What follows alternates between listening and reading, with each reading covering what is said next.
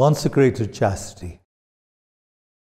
If we Salesians take consecrated chastity to mean the choice we have made of renouncing marriage in order to devote our lives to the service of poor youth, then without realizing it, we have made three mistakes. First, consecrated chastity is not a choice we have made of renouncing marriage, but a precious gift given by the Father to certain souls. And what is this gift? The grace of falling in love with Jesus.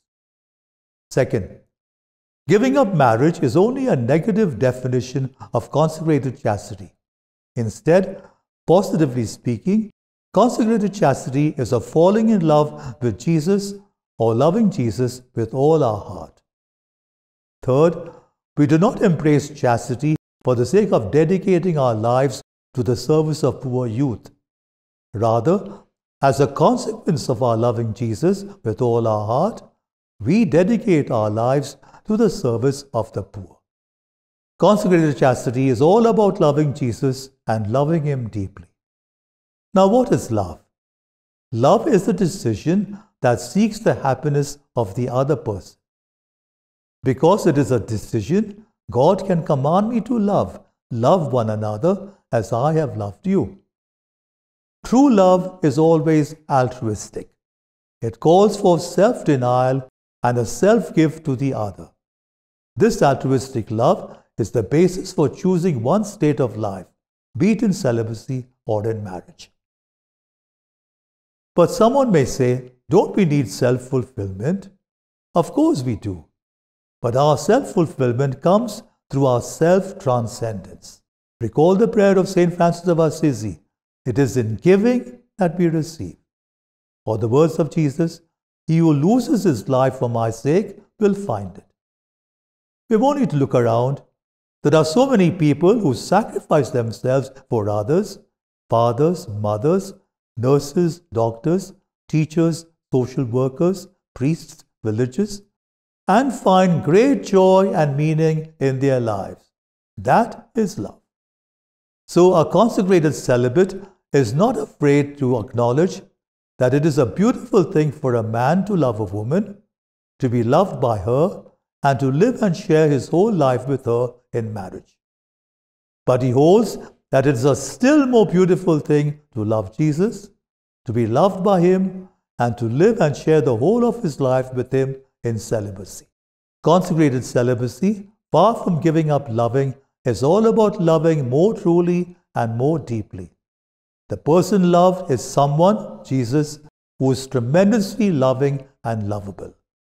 Notice also that when two persons fall in love, they begin to love those whom the other loves and in the way the other loves. So, our celibacy gives a particular quality to our love for others, making it resemble the love of Jesus more and more. Celibacy enables us to love everyone, to keep our arms wide open without closing them around anyone, to love without preferences, and if there are preferences, they are for the least loved. To love by taking the first step towards others, like Jesus who loved us first. To love even at the cost of sacrificing our life for others, like Jesus dying on the cross. To love gratuitously, like Jesus, always giving His love, word, forgiveness, Himself. To love as a sign of God's love, showing in loving the poor how much God loves them. Chastity is all about loving. It makes us truly loving persons like Jesus. Our chastity is a therapy for humanity. Vita Consacrata 87. It is a reminder to everyone that chastity is necessary to be fully human. A young person whose mind is hooked on sex will never grow into a mature adult. Sadly, in our present-day culture, chastity is a weak truth. Its message is suffocated on every side. Therefore, the witness of chastity needs to be clear and simple, beautiful and attractive, joyful and humanly fulfilling. But witness alone is not enough. words too are necessary. We have to speak about chastity in order to convey to the young that it can be a beautiful thing to fall in love with Jesus and so find meaning and fulfillment in their lives. That His love can truly fill their hearts, manifest the beauty and inner vitality of the Church, wherein thousands of people have freely chosen chastity for the love of Jesus and His mission. Educate the young in chastity by revealing to them the real meaning of love, namely, that love is not the same as sex, that love is altruism and self-transcendence, and that true love is spiritual and involves effort and sacrifice. We must help everyone to realize that God, in creating us, has endowed each one with reason and free will. Therein lies the God-given dignity of every human being. Every human being is to be respected as a person. So when one does not respect the God-given dignity of the other person, but uses that person as an object or a means for one's own ends, for example, sexual pleasure, that is wrong. That is a sin.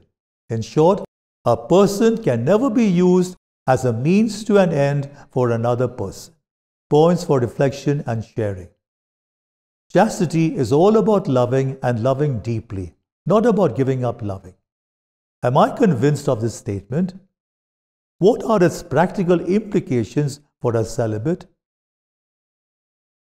Do I see the education of young people to love and chastity as a real challenge today? Can I or we do something about it in my or our own little way?